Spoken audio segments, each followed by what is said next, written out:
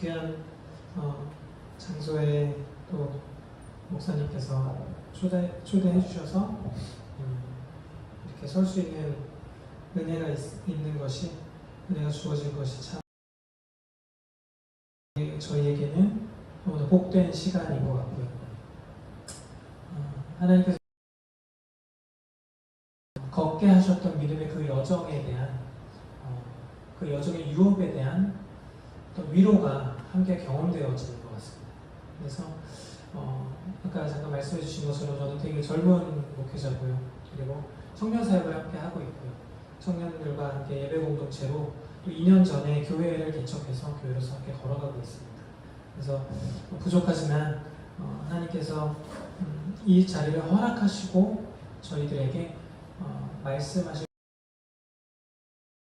저희가 나갔으면 좋겠습니다. 네, 잠깐 기도했으면 좋겠습니다. 하나님 감사합니다. 하나님, 이곳에 하나님께서 열린 하늘을 두심에 감사드립니다. 하나님께서 여시면 닫을 자가 없음을, 또한 하나님께서 닫으시면 또한 열 자가 없음을 이 시간 제가 믿음으로 선포하며 고백합니다. 하나님, 이 시간도 하늘의 문을 활짝 열어주십시오.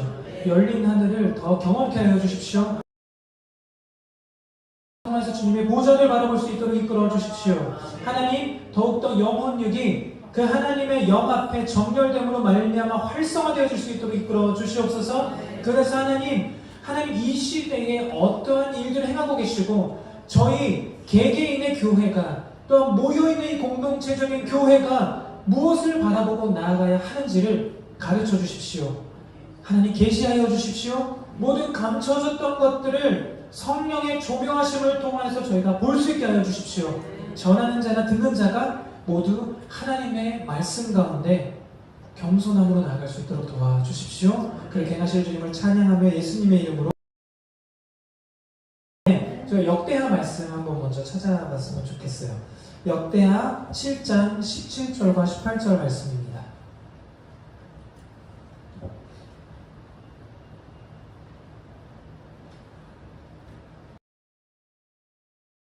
역대하 7장이 오기 전에 6장에 언약궤가 성전으로 옮겨지는 어떤 사건이 있었고요. 5장에 있었고요. 그리고 6장과 7장에 비로소 그 언약궤가 솔로몬을 통해서 지어진 그 성전에 들어가고 그 성전의 낙성식 가운데에 하나님께서 솔로몬에게 말씀하셨던 어떤 부분을 저희가 먼저 보려고 합니다. 17절, 18절 말씀이에요. 7장입니다. 저희가 함께 합독하면서 이 두 구절의 말씀을 선포해 봤으면 좋겠습니다.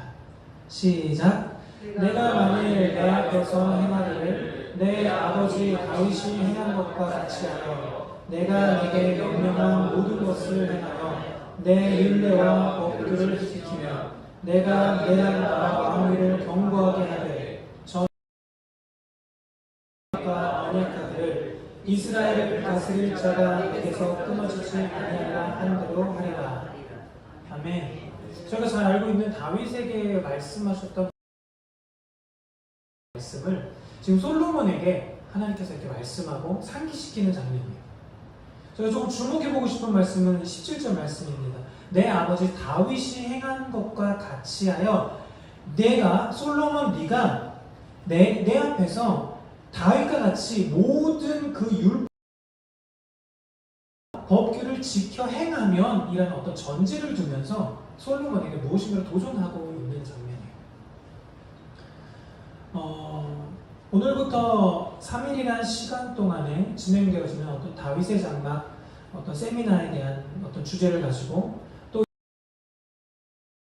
시아라는 어떤 주제로 이렇게 진행이 되어진다고 듣고 지난번에 진행했던 어떤 강의 영상들을 제가 조금 들으면서 이렇게 준비해오는 시간들이 있었어요. 굉장히 많은 부분들 다윗의 장막에 대한 하나님께서 지금 시대적으로 많이 부어주셨고 계시해 주셨고 또한 살아가게 하셨고 경험케 하셨던 많은 놀라운 지금까지 하나님의 이끄심들을 다양한 선배 목사님들께서 이렇게 나눠주셨던 것들을 제가 들을 수 있었습니다. 그래서 김주현 목사님께서 이렇게 말씀해 주셔서 초대해 주셨을 때 마음에 부담이 있었어요. 어떤 것을 나눌 수 있을까? 한참 예배에 대해서 배워가고 있고 또 예배자로 훈련되어지고 있고 하나님께서 부족하지만 공동체를 맡겨주셔서 이 공동체를 함께 이 안에서 다양한 것들을 경험하면서 자라가고 있는 이 과정 속에서 하나님께서 무엇을 말씀하기 원하실까라는 그런 물음과 그 기도하면서 하나님께 구하는 시간 가운데 하나님께서 주셨던 마음은 저는 다음 세대 사역을 하고 있습니다. 그래서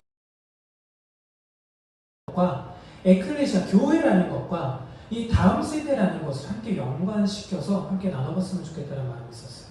지금 솔로몬은요 다윗의 아들이잖아요, 그렇죠? 어쩌면 인간적으로 이렇게 생각했을 수 있겠다라는 묵상을 해봤습니다. 다윗의 아들 중에 솔로몬 말고 다른 아들이 세워지는 것이 조금 더 건강한 모습이었지는 않았을까라는 생각을 해봤었어요. 왜냐하면 솔로몬의 엄마가 바세바잖아요. 어쩌면 다윗에게 있어서 인구조사를 하면서 하나님께 혼났던 어떤 하나님 앞에 죄를 범했던 영역과 어떻게 보면 그것보다 더 크게 경험할 수 있는 바세바를 범하며 그 우리아를 죽게 만들었던 어떤 이 큰 사건을 경험했던 다윗에게는 아픈 상처, 아픈 기억과 같은 그 사건을 조금 이렇게 감춰졌으면 감춰지고 조금 더 그냥 자연스러운 그냥 자녀가 왕이 됐으면 어땠을까라는 생각을 해봤었어요. 그 가운데 하나님께서 주셨던 마음은 하나님의 사랑에 대한 마음이었습니다.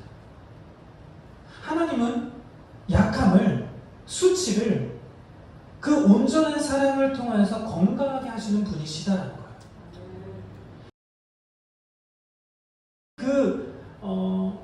어떻게 보면 성경의 인물 중에 누가 제일 닮고 싶고 누구처럼 살고 싶어요?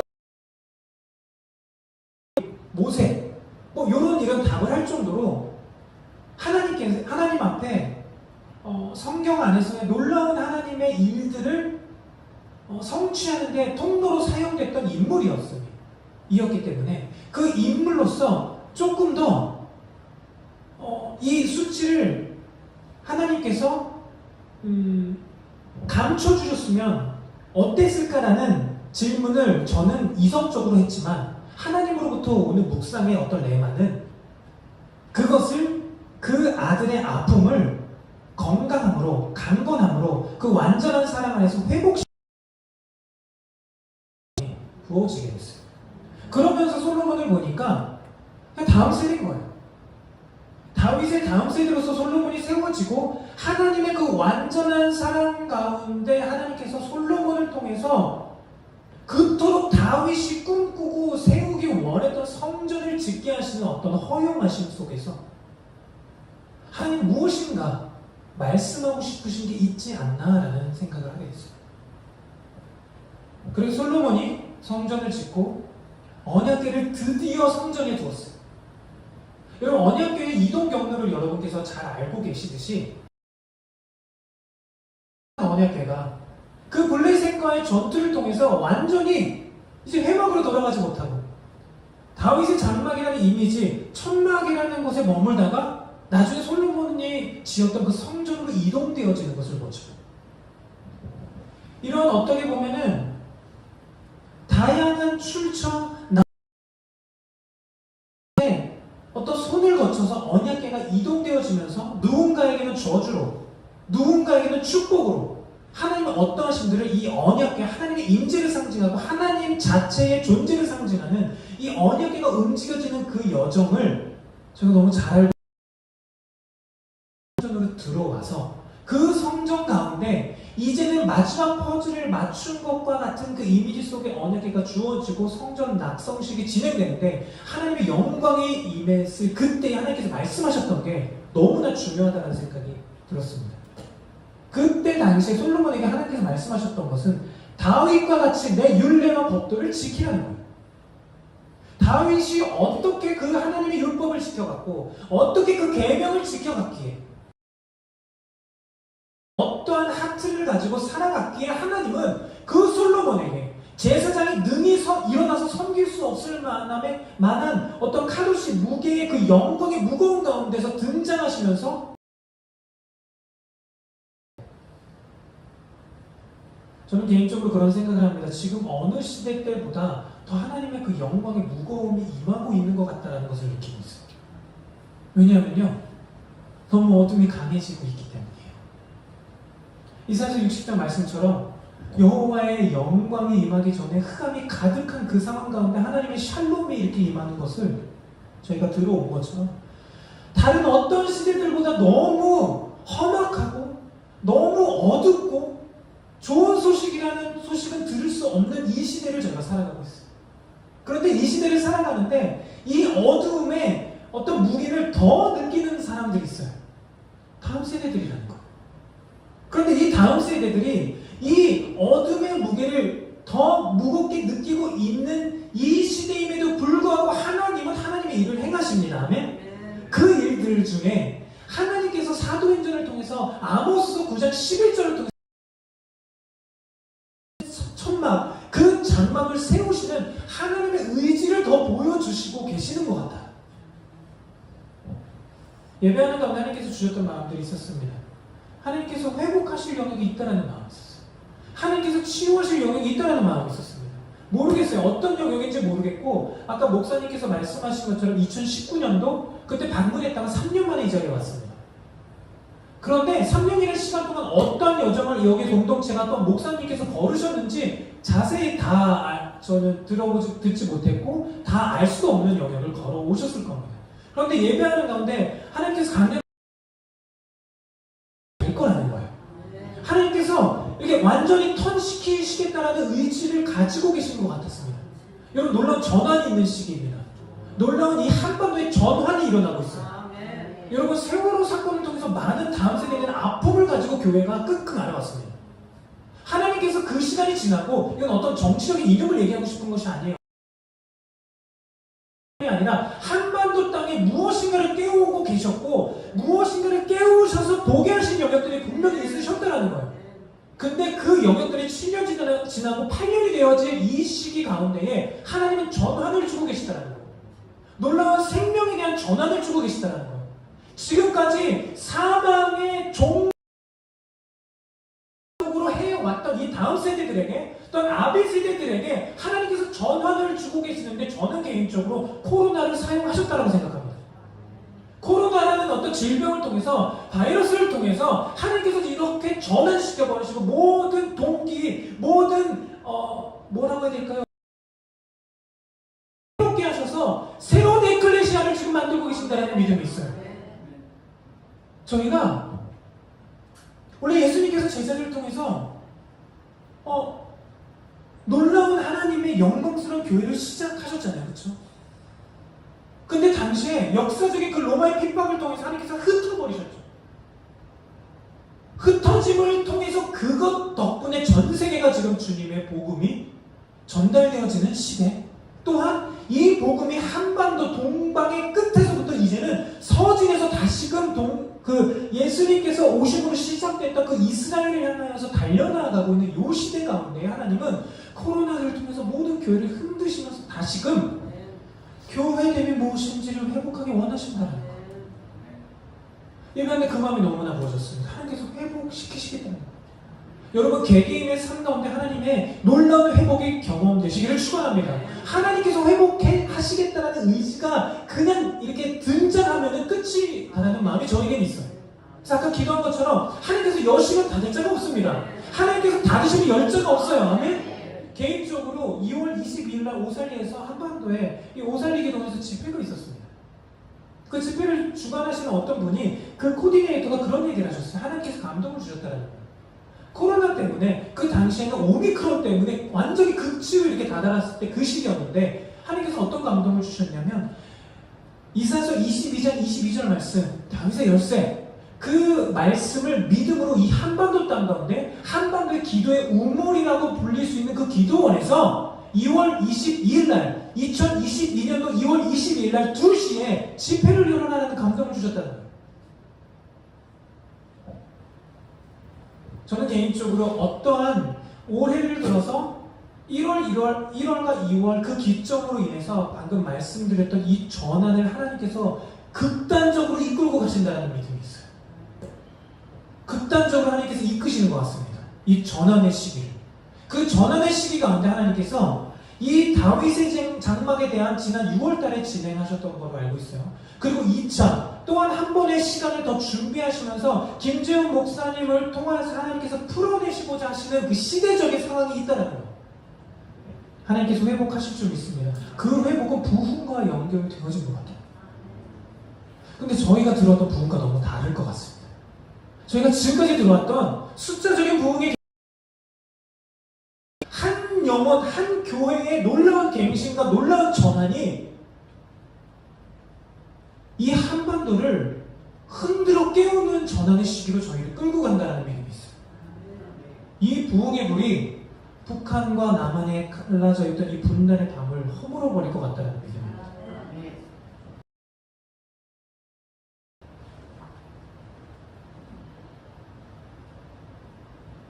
그리고 많이 들어보셨을 겁니다. 휴전협정을 한 지 69달 27일이라는 것을요. 그리고 내년이 되면 70주년이라고 합니다. 이 시기 가운데 전 세계가 지금 북한을 위해서 많은 기도를 하고 계시더라고요. 한반도에서 하나님께서 코로나를 통해서 흔드시면서 정말 많이 낮추셨다고 생각을 해요. 많이 경솔케 하셨다는 생각이 제 안에 있습니다. 많은 알곡과 가라지를 들춰내셨다라고 저는 생각을 해요. 이 들춰내셔서 진짜 하나님 앞에 알곡이 되고자 하고 알곡처럼 살아가고자 끝까지 견디는 자로 교회로 나아가기 원하는 자들에게 하나님께서 지금 열어주고 계시다. 계시해 주신 시간 가운데 저희가 기억해야 할 것이 이 말씀인 것 같아요. 다윗을 통해서 그 다윗이 지켰던 율례와 법도의 지킴의 단계, 그 수준, 하나님께서 말씀하신 그 거룩의 수준, 하나님께서 말씀하시는 그 계명의 순종의 주시기 원하시는 하나님의 열방이 부어졌을 때 하나님의 말씀 앞에 납작하게 겸손하게 엎드려져서 하나님, 예, 아멘, 주님의 뜻을 이루십시오라고 말씀할 수 있는 그 겸손함의 수준을 하나님께서 지금 계속해서 말씀하시는지 모르겠어요. 그것을 솔로몬에게 지금 이야기하고 계시는 겁니다. 솔로몬아, 너의 아버지 다윗이 내 앞에서 지켰던 그 수준으로 네가 지켜야 한다. 그래야 내가 다윗을 통해 언약했던 그 영원한 다윗 언약이 이루어질 거야. 그 다윗의 언약 가운데 메시아 언약이 있잖아요. 그렇죠? 끝끝내 메시아이신 예수님께서 리턴하시면서 다스리실 것에 대한 메시지가 그 안에 담겨 있잖아요. 그렇다면 지금 이 시대에도 동일하다고요. 다윗의 장막이 회복되고 있습니다. 하나님께서 다윗의 장막을 다양한 형태들로 지금 일으키고 계시고 회복시키고 계시고 교회들을 깨우셔서 다윗의 장막이라는 관점을 가지도록 이끌고 계신다라고 믿어요. 그런데 이것으로 만족할 수 없다는 거예요. 다윗의 장막의 시스템이 가져와졌고 다윗의 장막의 모델링을 가져왔고 그 한층은 어느 정도 느꼈는데 여전히 나의 삶은 다윗의 장막과 다른 삶을 살고 있다면 이건 아니지 않을까요? 하나님은 지금 그런 말씀을 어디에서? 교회 안에서, 장막 안에서, 기도의 집에서뿐만이 아닌 너의 삶의 자리에서 있는 그 자리에서 되어줄 수 있겠니? 라는 말씀을 하시는지 모르겠다는 거.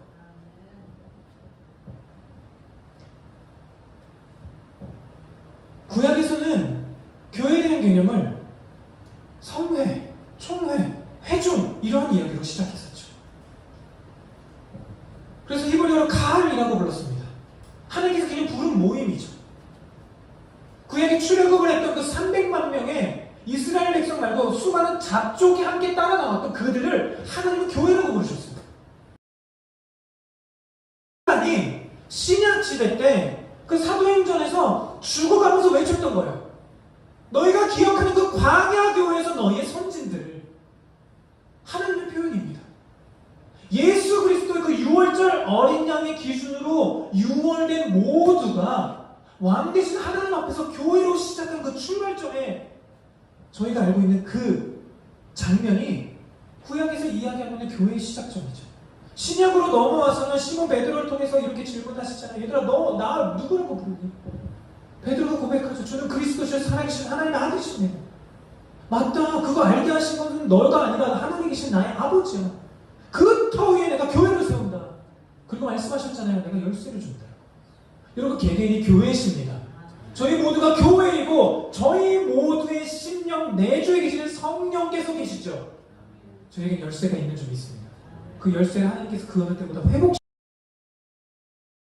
모르겠어요. 무엇을 통해서? 하나님의 율례와 법도를 행함을 통해서, 하나님의 말씀을 지킴을 통해서, 또한 말씀과 함께 사는 것을 통해서. 그리고 재밌는 정보입니다. 최근 이제 새로운 대통령이 세워지고, 새로운 대통령이 청와대가 아닌 용산에서 이제 거하겠다라고 이야기를 발표했잖아요. 그곳에 청와대실에 대한 이름을 공모하겠다라면서 여러 공모의 이런 뭐라고 해야 될까요? 다양한 보기들, 이 중에서 어떤 것을 하면 좋을까요? 하면서 이렇게 내놨던 어떤 정보들이 있어요. 그 중에 하나 재밌는 것이 이태원로 22라는 것이 있어요. 주소예요, 거기 주소. 이태원로 22라는 거예요. 근데 제가 그걸 보는데 너무 놀라운 거예요. 하나님께서 지금 믿던 믿지 않던 지금 한 번도 땅 가운데 무엇인가를 계속 말씀하신 것 같더라고요. 22장 22절 계속해서 생각나는 거예요. 하나님께서 무엇인지 지금 한 번도 땅 가운데 너네 지금 내가 너희 교회들에게 허락했던 그 열쇠를 기억해야 된다. 지금 열쇠를 돌릴 때가 됐다는 거예요. 열쇠는 문을 열 때 필요한 그 열쇠를 하나님께서 지금 교회들에게 각인시키시고 일깨워주기 원하시는 것 같아요. 그러면서 하나님께서 세 부대를 준비하셨죠. 과거에 이 나라의 헤드십, 리더십들이 거했던 그 장소가 아닌 새로운 장소에서 터전을 지금 시작하셨습니다. 하나님께서 무엇을 지금 하고 계시나요? 무엇인가를 지금 한반도 땅 가운데 이루어가고 계시다는 거예요. 그러면서 놀랍도록 이 한반도가 다음 세대에 집중하고 있는데요. 또 한 가지 다른 측면을 말씀드리면, 하나님의 은혜로 북한에 대해서 계속해서 배울 수 있는 은혜가 저에게 주어주셔서 올 한 해 동안 정말 많은 북한에 대한 정보들, 북한의 전문가를 통해서 따로 이렇게 교육을 받는 시간을 허락해 주셨어요. 그런데 노력들을 어디에다 투자하고 있냐면 다음 세대에게 하고 있다는 거예요. 모든 것을 지금 다음 세대에게 쏟고 있대요.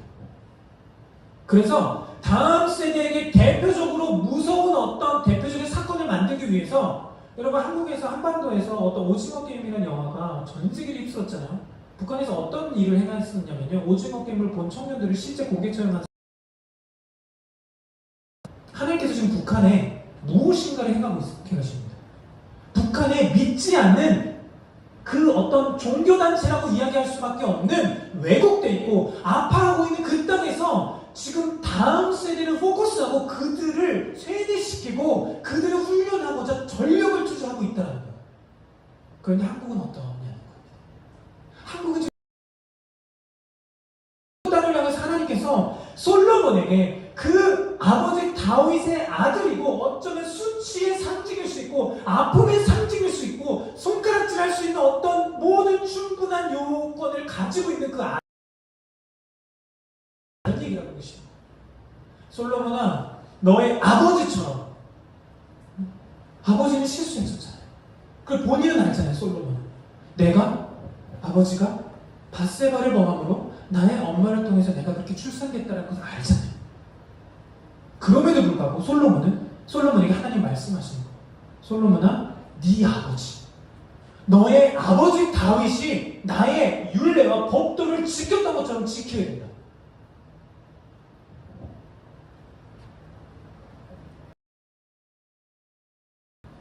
너의 왕위를 견고하게 하되 전에 내가 내 아버지 다윗과 언약하기를 이스라엘을 다스릴 자가 내게서 끊어지지 아니하리라 한 대로 하리라. 다윗의 장막이라는 것을 저희가 포커스하고 집중하면서 끊임없이 저희가 가져야 할 것은 생각합니다. 다윗이 하나님 앞에서 지켰던 율례와 법규를 지키면서 살았던 어떤 삶의 태도,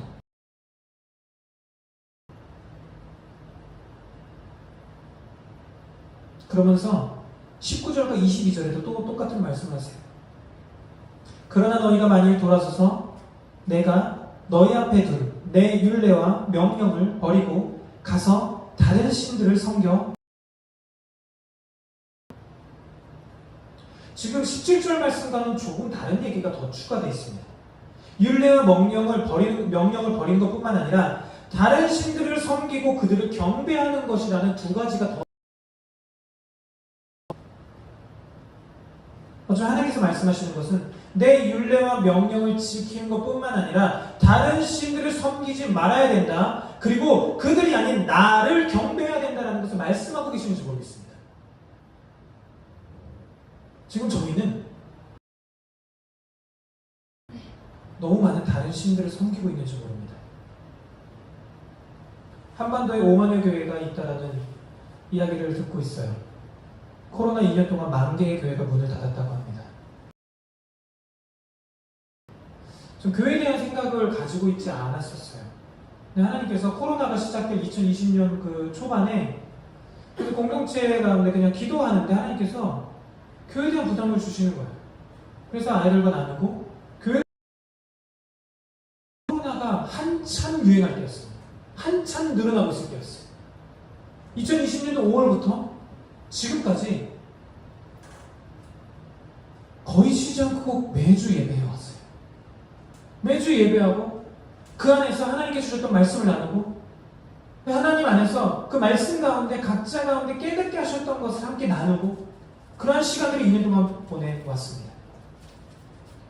그러면서 극단적이라고 표현할 수 있을 정도로 다른 신이 아닌 다른 우상 만들지 말고 하나님 얼마나 우리가 하나님 얼마나 섬겨보자. 하나님께서 궁극적으로 지금 이 시대에 꿈꾸시는 그 교회를 함께 꿈꿔보자 생각을 갖게 되었습니다.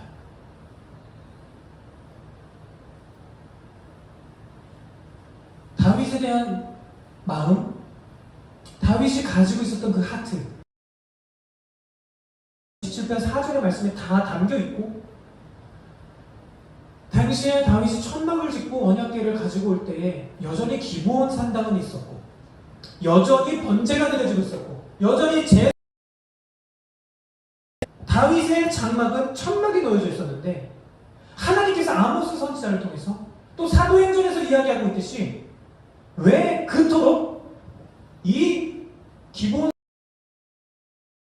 상황이 강력하게 임했던 솔로몬 성전이 아닌 어쩌면 보잘것없을지 몰랐던 다윗의 천막, 장막, 텐트였을까? 과연 다윗은 하나님 앞에 어떤 자였을까? 다윗은 과연 하나님 앞에 어떠한 모습으로 정렬되어져 있었을까? 라는 것들을 생각해 보게 되었습니다.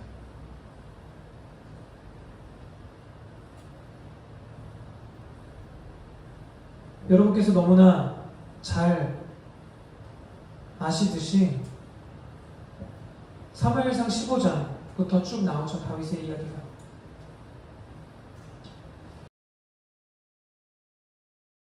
다윗이 출생하고 아말렉과의 전투에서 다윗이 기름 부음을 받고 사무엘을 만나고 다윗과 골리앗의 대결이 있고 다윗이 남쪽에서 왕이 되고 북쪽에서 왕이 되고 아들 압살롬이 반역하고 아들 솔로몬이 어떤 통치하는 어떤 여러 가지 사건들. 다윗의 장막에 대한 관점을 저는 개인적으로 한 8가지 정도로 가지고 있습니다. 저는 개인적으로 그런 생각을 합니다. 하나님의 말씀을 마치볼을 찍어서 이거는 이거다라는 정의를 내리기가 굉장히 조심스럽다라는 생각. 어떤 관점들을 가지고 있는데 한 가지는 예배의 회복에 대한 관점입니다. 하나님께서 분명히 그 예배의 상징이 되고 예배의 대표성을 띠고 있는 그 장막을 회복시키실 것에 대한 의지가 마지막 때 하나님께서 예배를 회복시키실 것에 대한 의지를 담고 있다는 마음이 있습니다. 또 하나는 다양한 어떤 교회에서 어떤 단체들에서 이야기하고 있는 찬양과 기도운동의 회복이라고 가지고 있기도 해요. 또 하나는 그 말씀에서처럼 이스라엘의 회복에 대한 말씀, 또한 교회의 회복에 대한 말씀, 다윗의 하트의 회복에 대한 말씀, 또 원팅에 대한 말씀, 친밀한 그 사랑의 관계에 대한 회복의 말씀, 더 나아가서 신부됨에 대한 회복의 말씀이 아닐까라는.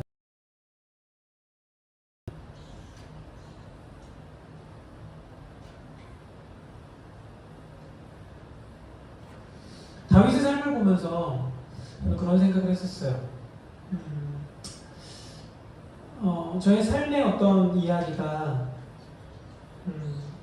있는데, 그 삶의 이야기가 어떤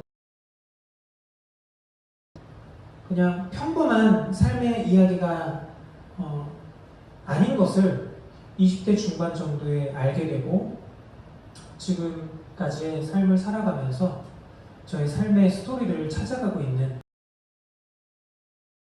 제가 태어났을 때 100일 정도 됐을 때 저를 낳아주셨던 엄마가 저를 집에다 두고 나가셨어요.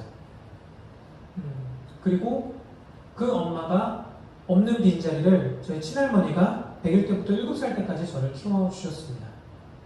그리고 그 이후에 둘째 어머니가 오셔서 저를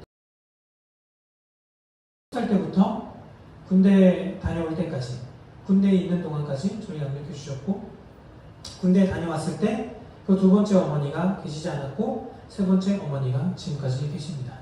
저의 인생에는 세 분의 어머니가 계셨어요. 그리고 저의 어떤 형제 자매라고 이야기할까, 저의 형제 중에는 저 배다른 여동생, 이렇게 있는 저의 삶의 스토리가 있습니다. 20살 때 정도에 아르바이트 하면서 일을 하다가 어떤 서류를 떼면서 이 스토리를 알기 시작했어요. 그러고 보니까 제가 이해되는 것은 저희 중학교 이전에는 기억이 많이 없었습니다. 거의 없다라고 볼 수 있는 것 같아요. 그때는 사진으로 그냥 추억할 수 있는 그 장면이 전부였고, 중학교 이후부터 지금까지의 기억을 가지고 살아가고 있습니다. 저희 가정은, 저희 가게는, 저희 아버지 쪽 가게를 보면은 지금 현직 스님이 계시고요.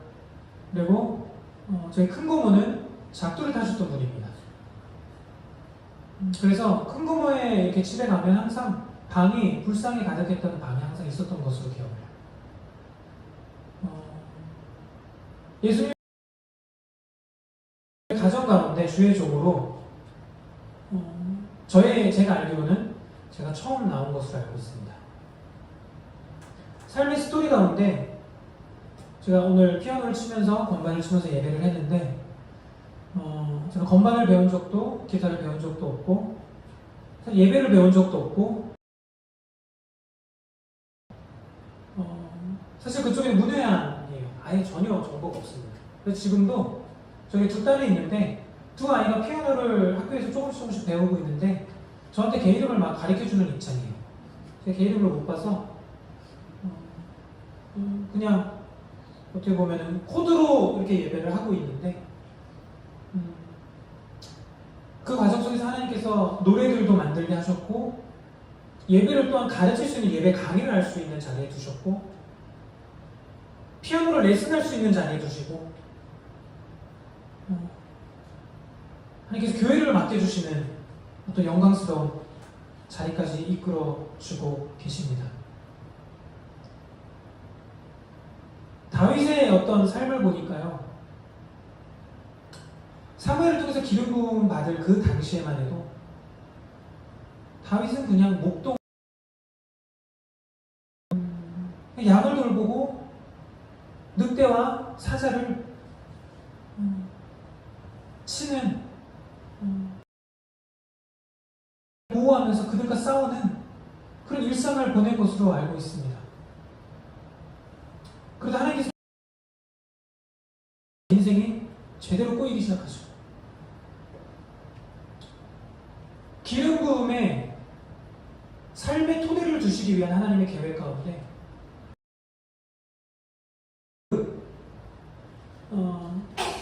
하나님의 그 여정 안에서 하나님은 왕으로서의 기름 부음을 준비하시고 예비하시는 것을,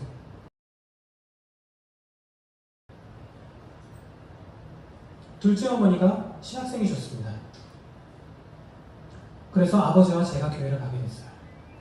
그리고 둘째 어머니가 신학교를 다니는 문화가 있었기 때문에 교회 문화가 되고 주변 다른 신학생들, 다른 어떤 사역자들이 저에게 피아노와 기타를 주었어요. 칠 줄 모르고 정보가 없었기 때문에 그냥 할 수 있었던 것이 제 방에 두고 시간 되면 그냥 두들기는 것 뿐이었습니다. 그런데 그 두드림 속에 하나님께서 임하기 시작하셨습니다.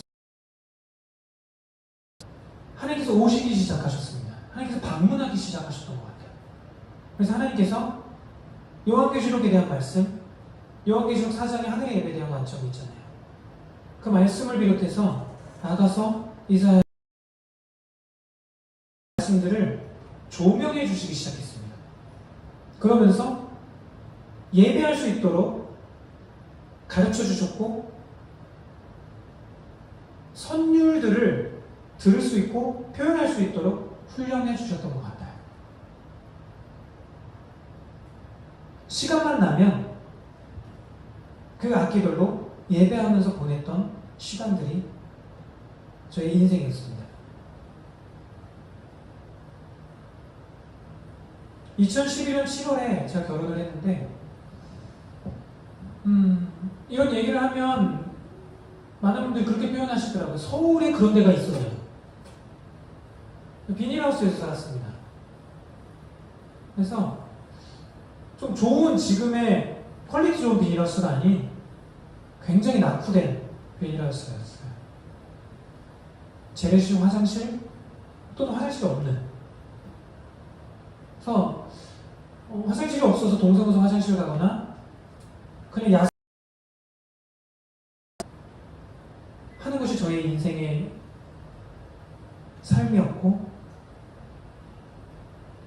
겨울이 되면 물이 얼고 뜨거운 물을 틀어서 씻어본 적이 없고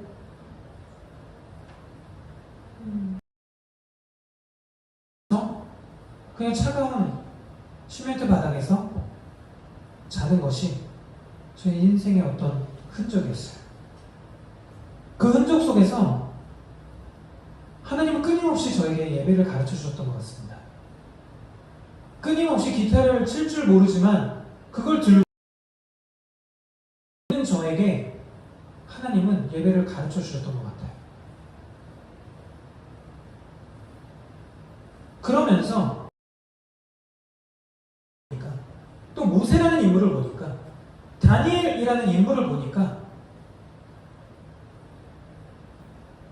하나님께서 무엇인가 계획이 있으시겠구나. 이건 우연이 아니겠다. 라는 생각을 가지게 되었고 그 여정들을 보내면서 지금의 자리까지 오게 되었습니다. 제가 그 여정을 보내면서 배웠던 것은 27편 4절 말씀과 같았는지 모르겠습니다. 하나님 한 가지, 하나님 다른 거가 중요하지 않고 하나님 따뜻한 물 나오는 게 중요하지 않고 하나님 화장실이 제발 있었으면 좋겠습니다 하는 것이 중요하지 않고 하나님 제발 차비가 있어서 산 넘어서 학교 다니지 않았으면 좋겠습니다가 아니었고 하나님 저도 제대로 된 집에서 따뜻한 집에서 살고 싶어요도 아니었고 하나님 저는 왜 비닐하우스에서 살아야 돼요? 왜 쥐가 이렇게 우글거리고 왜 이렇게 주변에 이렇게 더럽고 사람이 없어야 됐고 왜 이렇게 두려움 가운데 살았어야 했습니까? 라는 것에 대한 요청이 아닌 하나님 더 원합니다. 하나님 더 사랑하고 싶고 하나님 제가 어떻게 하나님을 사랑해야 될지 모르겠습니다. 이런 고백들이었어요. 저는 개인적으로 다윗의 장막의 열쇠가 여기 있다고 생각합니다.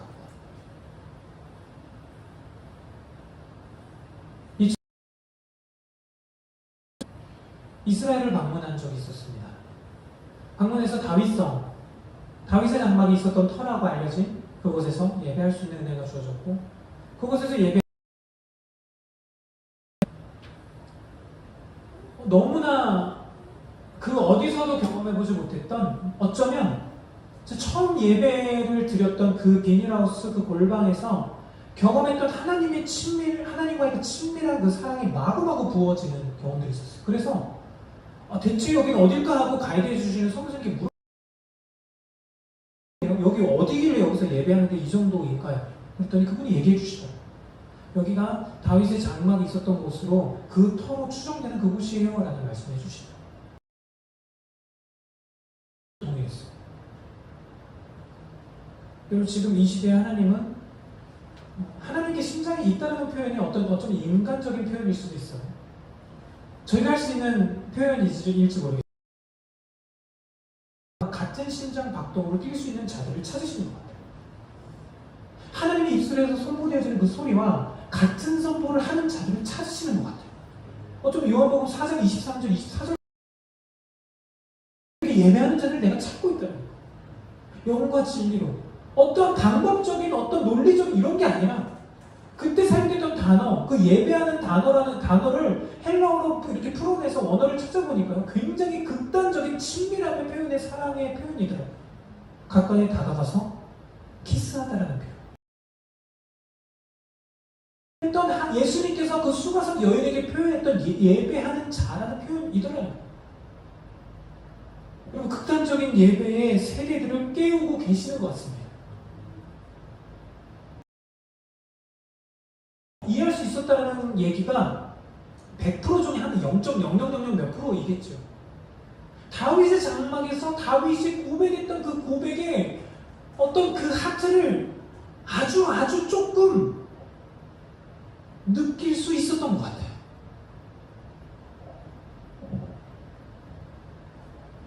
비닐하우스에 살 때 너무 공포가 있었습니다. 태풍이 한 번 왔는데 제가 있는 그 저희 집 비닐하우스 위로 나무가 이렇게 태풍의 바람이 너무 세서 그 산에는 나무가 이렇게 쏟아 부러져가지고 저 있는 그 비닐하우스를 이렇게 덮쳐버린 거예요. 그래서 원래 비닐하우스 모양이 이렇게 돼 있잖아요. 근데 이게 여기를 내려쳐가지고 이렇게 구부러져 버려요. 그래서 제 머리 위까지 이렇게 떨어져 버려요.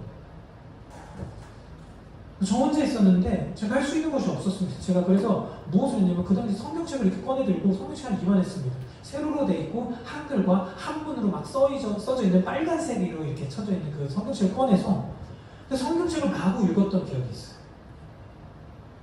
지금 돌아보면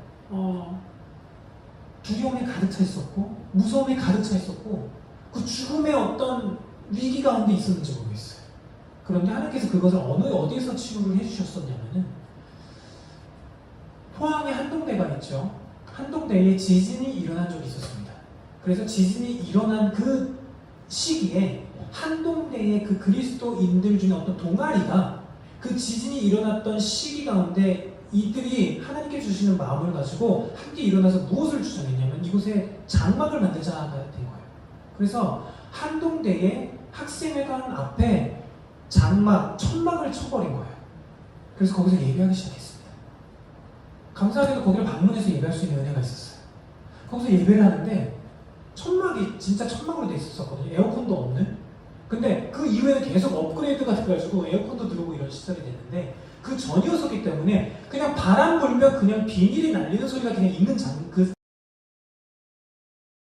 그 모습 그대로였는데 거기서 예배를 할 때였어요. 근데 뭔가 다른 거예요. 한참 예배를 하고 있는데 바람이 너무 부르는데 이 바람 소리에 막 비닐들이 날리는데 하나님께서 제가 비닐하우스에 살 때 너무 두려웠던 것이 바람이었거든요. 왜냐하면 비닐하우스 이 비닐들이 날리니까 밤새도록 이 비닐들이 날리는 소리가 저에게 공포인 거예요. 비가 올 때는 빗소리가 두두두둑 떨어지니까 어떻게 보면 되게 가 될 수 있었겠지만 바람이 불 때 너무 공포스러운 거예요. 그리고 여기저기서 막 나무 휘날리는 소리, 나무 막 뿌리채 뽑혀지는 소리, 막 이런 소리가 있어서 너무 공포스러운데 그 기도의 장막 한동대학교에 쳐진 기도 장막에서 예배를 하는데 그 소리,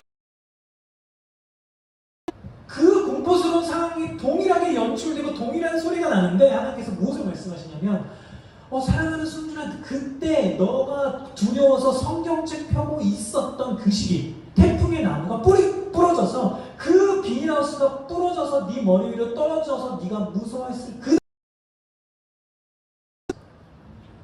제가 그 감동이 막 오는데 제가 주체할 수가 없더라고요. 저희는 그래서 그러한 기억과 추억들이 있기 때문에 이 다윗의 장막이라는 어떤 이미지가 너무 익숙해요. 그냥 천막, 오헬이라는 그 히브리 단어로 쓰여져 있는 그 뜻을 보니까 가정이라는 이미지도 있어요. 그 천막 장막의 의미가 아모스서에 그렇게 표현되어 있잖아요. 그냥 그 시대 때 마치 족장 시대 때 그냥 이렇게 이주하면서 살듯이 그냥 이렇게 쳐놓고 그런 너무 익숙한 거예요. 왜 그곳에 언약궤를 두었을까? 그토록 두고 싶었고, 근데 왜 이렇게 노래하는 자들을 세웠고 왜 이렇게 악기하는 자들을 그렇게 많이 불러놨을까? 그리고 그 언약궤 앞에서 24시간이라고 인지하는 이 크로노스의 시간을 가득 채워서 밤마다 낮과 밤으로 무엇을 고대하고 레위인들을 그렇게 불렀을까? 그 장면에서 저는 하늘의 예배를 볼 수 있었어요. 요한계시록 4장에 보니까 열린 하늘문 안에 사도 요한이 모시면을 보잖아요. 주님의 보좌를 보는데 그 보좌의 번개와 우레소리, 다양한 많은 물소리 같은 굉장한 사운드가 막 표출되고 있어요. 그런데 그 표출되는 상황에서 어떤 생물들이 막 날아다녀요. 4가지 생물들이. 사람의 형상을 하기도 하고 어떤 사자의 형상을 하기도 하고 굉장히 징그러울 수도 있었을 것 같아요. 날개가 있는데 안과 밖에 수많은 눈들이 달려있대요. 근데 그 수많은 눈들이 밤과 낮으로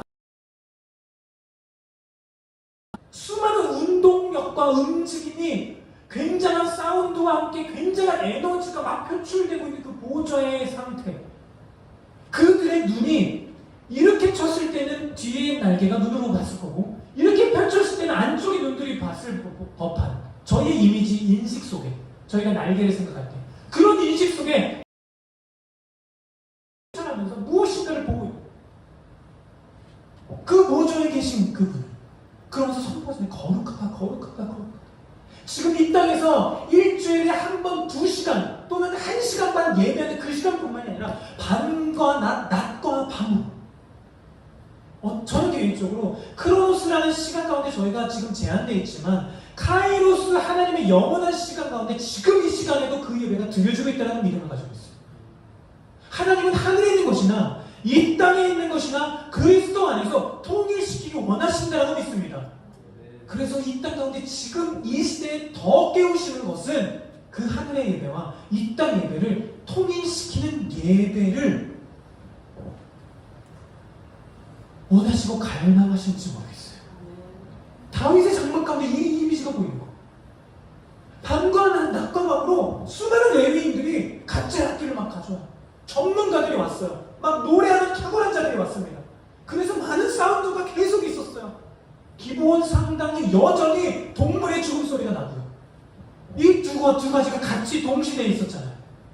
그 모든 상황 가운데 하나님께서 관심 가지고 조금 더 마음을 품고 계셨던 것이 다윗의 장막이었다는 것을 아모스와 사도행전을 통해서 저희는 알고 있죠. 그런데 이 장면 안에서 요한계시록에서 4생물들이 나오는 그 상태에서 그 하늘 예배는 끝나지 않잖아요. 갑자기 장로들이 보입니다.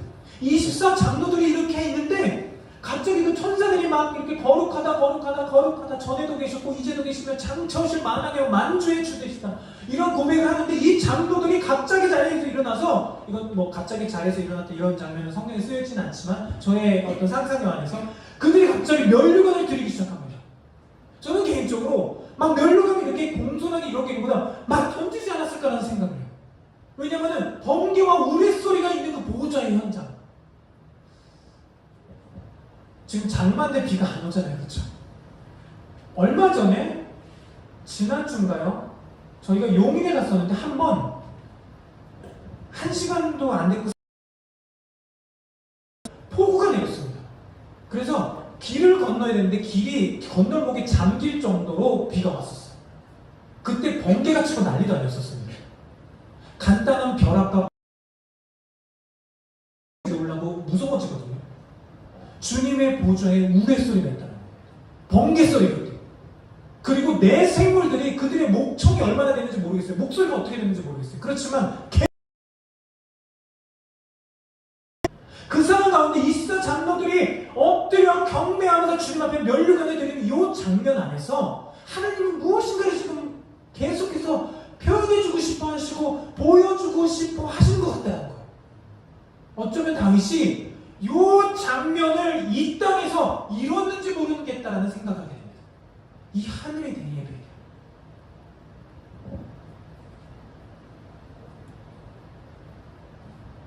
언약궤는 하나님의 임재 영광을 상징하고 또한 하나님의 발이 닿는 발등상이다라는 표현까지 할 정도로 원어적인 해석들이 이어져 있어요. 그 언약궤에 그 뚜껑 속죄소가 있고 그 속죄소에 구름 날개에 피를 뿌리는 요 장면, 요 속죄소라는 그 히브리어 단어 자체가 그분이 발등상에 이렇게 닿을 수 있는 그런 이미지로 성경은 해석되어지고 있습니다. 대체 무엇을 경험했고 무엇을 갈망했을까요, 다윗이? 저의 관점에서 저의 믿음의 이해 속에서는 다윗은 이 하늘의 예배를 지금 바라보고 있지 않았을까 하는 생각을 합니다. 그래서 하나님 저 예배를 그곳에서의 예배를 이곳에서도 드리고 싶고 이곳에서 그 하나님을 보고 싶습니다라고 갈망했는지 모르겠다는 거예요. 제가 이렇게 이해할 수 있었던 저의 삶의 어떤 스토리를 통해서 제 안에 계속해서 심겨지는 것이 이거였기 때문이에요. 끊임없이 예배하고 끊임없이 예배 현장에 두고 하나님께서 두셔서 예배할 수 있는 은혜를 누렸음에도 불구하고 제 안에 지친 큰 갈망이 자꾸 생기더라는 거예요. 더 큰 배고픔이 자꾸 생기더라는 거예요. 더 큰 갈망 가운데 이게 완전히 중독되어져서 그것이 없으면 살 수 없을 정도로 하나님께서 무엇인가를 이끌어 가시는 것 같아요. 사람 안에 공간이 있구나. 갈망의 공간이 있구나. 하나님으로만 채울 수 있는. 여러분 지금 이 다음 세대가 그것을 찾고 있습니다. 지금 이 세대가 그것을 갈망하고 있어요. 북한에서 그토록 전력을 이 다음 세대에게 무엇인가 있다는 거예요. 이 다음 세대에게. 지금 한반도 땅 가운데 코로나를 통해서 많은 교회들을 흔드시면서 다음 세대가 마구 떠나가서 20대가 많대요. 제가 그걸 보고 너무나 놀랐습니다. 20대가 그토록 가득 차 있대요. 그걸 보면서 그들의 통계 속에 발표 속에 이런 발표가 있는 거예요. 예수가 있다고 해서 교회에 갔더니 예수가 없더라. 이런 통계를 보니까 마치 이 솔로몬과 같은 이 세대들이 하나님을 막 찾고 있는 것 같아요. 하나님 어디 계십니까? 예수님 어디 계십니까? 내 안에 이 공간이 자꾸 채워도 이거로 채워지지 않는데 당신 대체 어디 있습니까를 막 찾고 있는 것 같더라고요. 그 과정 속에서 저 김지현 목사님을 통해서 이 킹덤하우스라는 이 한반도에 어쩌면 놀라운 영적인 기류가 전환되어질 때 세워주신 이곳을 통해서 하나님은 무엇인가를 지금 전환시키고 계신다는 믿음이 저에게는 있는 거예요. 그것이 다윗의 장막인데 이 다윗의 장막에 대한 패러다임을 이제는 이 다음 세대까지 품고 북한을 품어서 열방을 향하여서 열방을 원하시는 그 다윗의 장막에 대한 고를 향해서 달려가야 되는 것이 아닌가라는 생각을 합니다. 사도행전에 보니까 이런 표현이 있더라고요.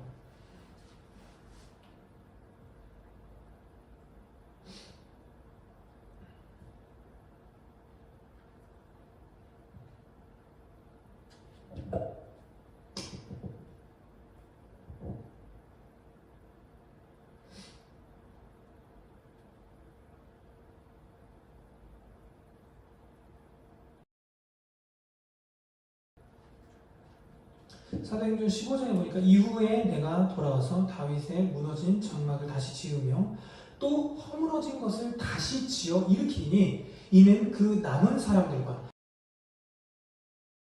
모든 이방인들로 주를 찾게 하려 하십니다. 하나님께서 유대인을 먼저 택하셨죠. 하나님께서 이스라엘을 통해서 하나님께서 킹덤 하나님의 그 나라의 꿈을 이루시길 원하셨고 그 여정 가운데 하나님은 가나안이라는 그 영토 그리고 이스라엘이라는 그 백성과 함께 왕 그 여호와 하나님으로 말미암아 움직여지는 킹덤을 이루시기 원하셨어요. 그 역사 속에 구약이 진행되어졌고 끊임없이 그들의 왕 여호와 야훼가 아닌 다른 우상들을 섬기고 다른 율례를 따르고 다른 법도를 따라 행하면서 그들을 경배하면서 끊임없이 다른 세대의 사이클을 돌았습니다. 사이클을 돌면서 하나님은 주변 국가들을 통해서 그들을 깨우시고 그들이 돌이키면 다시금 구원해 주시고 하는 상황들을 연출해 가셨죠. 그 모든 상황들을 끊임없이 되풀이하다가 어쩌면 저희 인지 속에 주님께서 중간기가 지나고 그분 안에 완벽한 계획, 그분의 독생자 아들, 완벽한 하나님이시면서 완벽한 사람이신 예수님을 보내주시면서 하나님의 구속사를 이루시고 그분의 십자가 사건, 죽으시고 부활하셔서 승천하시면서 그분의 보혜사를 주시면서 교회를 만드시면서 그 교회를 흩으셔서 열방 가운데 두 번째 그분의 이방인이라고 표현할 수 있는 이스라엘이 아닌 다른 이방인들을 향해서 복음을 전해주기 시작하셨습니다. 그리고 지금의 시대는 눈의 비닐들이 벗겨지고 있는 시기고 그들의 눈의 비닐이 벗겨지는 것만큼 예수님께서 오실 때가 가까워졌다는 것을 알 수 있는 시대를 살고 있습니다. 그 시대 가운데 이 말씀이 더 성취되어지는 것을 저희가 모두 피부로 느끼고 있는 것 같아요. 남은 사람들 그분의 이름으로 일컬음을 받는 모든 진정한 그리스도 안에서 에하드 될 수 있는 곳이 다윗의 장막인 거죠. 다윗의 무너진 장막을 일으키는 것이 그들을 에하드 됨으로 말미암아 그들이 에하드 됨으로 말미암아 그 에하드됨 안에서 그분의 언약궤 앞에서 그분의 자녀됨으로 그분 앞에 설 수 있는 은혜를 누릴 수 있는 장소라는 것이죠. 그 가운데 한 가지 더 따라 나오는 것처럼 또 그 허물어진 것을 다시 지어 일으킨다는 이 말씀 속에 그 틈을 메우고 막아서며라고 번역됐던 다른 구절의 말씀처럼 이 말씀을 보면서 개인적으로 저는 북한을 생각하게 됩니다. 분단되어져 있고 끊어져 있어서 마치 다른 나라인 것처럼 살고 있는 아픔을 하나님께서는 회복시키실 줄 믿습니다. 그 분단의 담을 허물어 가실 줄 믿습니다. 이것이 열방 가운데 하나님께서 마지막 주자들을 일으키셔서 달려나가게 하실 마치 동화성과 같은 역할을 하지 않을까라는 생각을 해요. 이 한반도의 교회가 북한을 품기 위해 많은 노력을 했고 북한 사역에 북한 전문가들이 하시는 이야기들이 너무 충격에 빠지게 됐어요. 무엇이냐면 교회는 북한 성경 공부 못한다라는 거예요. 지금의 북한의 전문가들이 그 얘기를 하시는 걸 들으면서 교회들은 북한 품을 수 없다는 얘기. 그걸 들으면서 뭘까? 수많은 이단들은 이미 북한에 들어가서 어떻게 점령할지에 대한 전략들이 나와 있고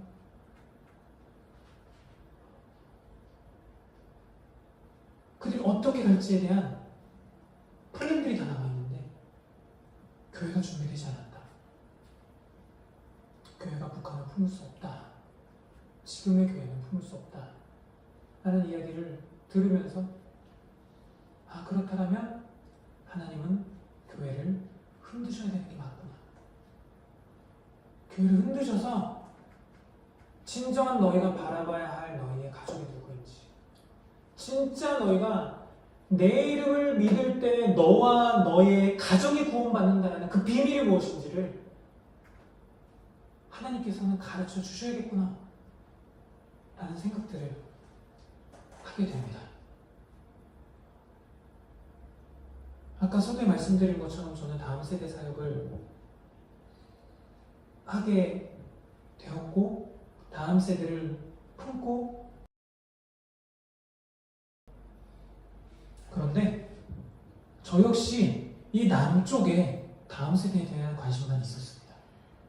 근데 북한에 대해서 듣고 연구하다 보니까요, 그분 이런 얘기를 해주셨습니다. 한반도의 교회는, 이 남한의 교회는 북한을 빼놓은 통일 이후의 남과 북의 다음 세대를 품어야 된다는 얘기를 해주셨어요. 그 얘기를 듣는 순간 제가 전율이 돋았습니다. 와, 내가 놓치고 있었던 게 이거였구나. 그래도 초등학교 때부터 그래도 대형교회에 소속돼서 대형교회의 대형 찬양팀에 속해서 그래도 2,000명의 청년들이 모여서 함께 예배하는 공동체 속에서 자라왔는데 한 번도 북한에 대해서 제대로 된 가르침을 받아보지 못했다는 아쉬움이 남지만 그래도 컸던 것 같은데 왜 놓치고 있었을까? 그리고 하나님은 지금 이 시기에 왜 이거? 그 과정 속에서 실제 탈북자 가정을 만나게 하셨습니다. 그래서 그들과 친구가 되어지는 것들을 가르쳐주고 계시는 중이에요. 그 여정을 걸으면서 아까 노래했던 그 노래를 하나님께서 주셨습니다.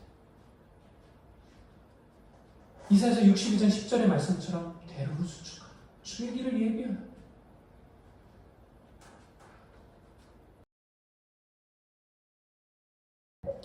에클레시아라는 어떤 교회의 그 본질적인 지금 이 시기에 형태들을 얘기하고 계시는 게 아닌 것 같아요. 더 이 교회의 본질을 지금 말씀하고 계시는 것 같습니다. 그리고 이 다윗의 장막에 다윗이 가졌던 하트를 넘어서 하나님의 갈망을 말씀하고 계신지 모르겠어요. 하나님의 열망. 내가 왜 그토록 그 장막을 일으키고 싶어 하는지 아니? 지금 이걸 말씀하고 계시는지 모르겠다는 거. 그 장막을 일으켜줘야 돼. 왜? 내 백성들이 다 와야 하거든.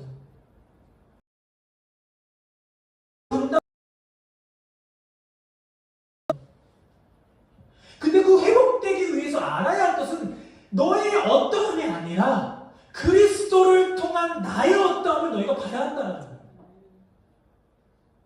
그 보좌에서 일어나고 있는 여기에 정렬되어져야 한다는 거죠. 내가 지금 그토록 편부의 가정에서 자랐고 나는 맨날 루저의 소리를 들어가서 이제는 취직할 수 있는 자격조차 없는 시대, MZ세대 너희는 계속해서 한 달 내내 일해도 80만 원밖에 못 벌어 라는 그런 시대 속에 수많은 우울, 자살 충동, 코로나를 통해서 10명 중 4명이 우울증 환자예요. 이것도 다음 세대뿐만 아니라 모든 교회에 저희는 멀쩡하게 앉아있는 것 같은데 저희가 앓고 있는 질병이 원하실까요? 저희가 병원 가서 약 먹고 낫기를 원하실까요? 아니면 진정한 치유자이신, 아까 노래했습니다. 주님의 보좌에 생명이 강이죠. 보좌로부터 흐르는 그 강에 심겨져 있는 나무의 열매가 만국을 치유하는 약재가 된다는 그 진짜 치료제에 대한 관심이 저에게는 이미 없다는 거예요. 오늘 궁극적으로 나누고 싶은 것은 이거였어요. 다윗의 장막과 하나님의 열망이고 다윗의 장막을 다시금 회복시키고 원하시는 그 다윗의 하트보다 더 상위 개념인 하나님의 열망, 하나님의 갈망이 저희들에게 부어져야 한다는 겁니다. 그 부어짐이 하나님께서 북한의 금을 무너뜨리는 자리를 저희에게 허락하실 줄 믿습니다. 여러분 많이 또 들어보시고 많이 북한을 위한 기도도 많이 하셨을 것 같아요. 여러분 9월달에 한국 전쟁 이후들이 한국에 들어옵니다. 기도하시는 분들이거든요. 독일의 통일 전부터 기도하시던 중보자, 통일 이후를 지금 살고 계신 중보자들이 들어오세요. 그들이 들어와서 9월 달에 한 주 동안 DMZ를 도우신대요. 그래서 예배하신다고. 그 연결고리 가운데 저희 공동체가 연결되게 됐어요. 우연찮게. 저희 큰아이가 11살입니다. 이 아이가 저희 교회에 주중 예배를 한 타임 목요 예배를 담당해서 예배를 리딩하고 있어요. 11살이. 하나님께서 시편 8편 2절의 말씀처럼 젖먹이와 어린아이들의 입술에 권능을 세우십니다. 지금 이 시대예요. 그걸 저는 보고 있는 거예요.